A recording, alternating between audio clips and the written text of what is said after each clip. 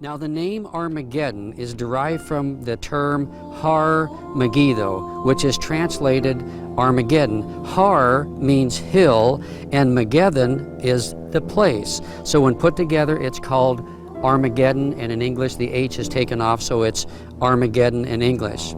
Today this place is called Megiddo in English. It's located in the most fertile valley of Israel called the Jezreel Valley, and you can see the Jezreel Valley right in the background, and we'll be panning around here to show you that. It's a tell which is made up of layer upon layer of different civilizations that make up an artificial hill, but there was a hill here to begin with, and then they built upon it for defense purposes. More battles have been fought here than in any other place on earth. Now, why is that the case? Because Megiddo lied at the juncture of several key routes. The main route called the Via Maris, which linked Africa to Asia and Europe.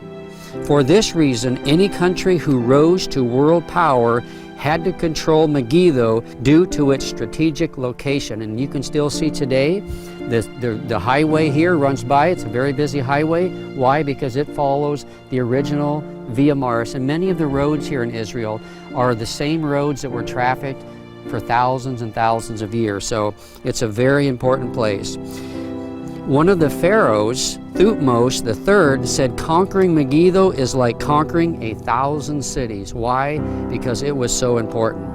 Now, King Solomon fortified this city and used it as a fort of protection. He had 450 chariots stationed here, and you can see the stables in this video here where he had those. King Ahab later built an amazing water tunnel here to protect it from its enemies.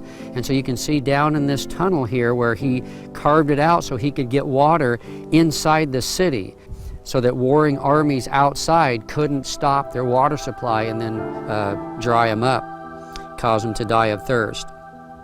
The city gate entrance was on the northern side of the tell.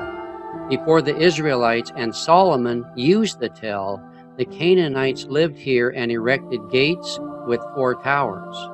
Then Solomon, later on, erected larger and more sophisticated gates in his day, consisting of 6 towers and gates.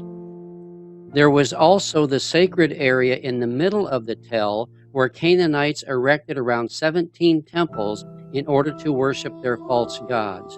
There is also a round altar and burial chambers found here where they sacrificed animals and maybe even their children to these false gods. Located on the northern side of Megiddo and the southern side of Megiddo are 2 palaces dating to the time of Solomon. A grain silo dating to the time of King Jeroboam is located here, which used to have a roof over it. It was a busy place because there are stairs leading down and up located within it. A large cut was made through the tell in the early 1900s by archaeologists in order to explore the 26 or so layers of civilization found here. A Canaanite temple in the trench, among many other discoveries, were found at this time.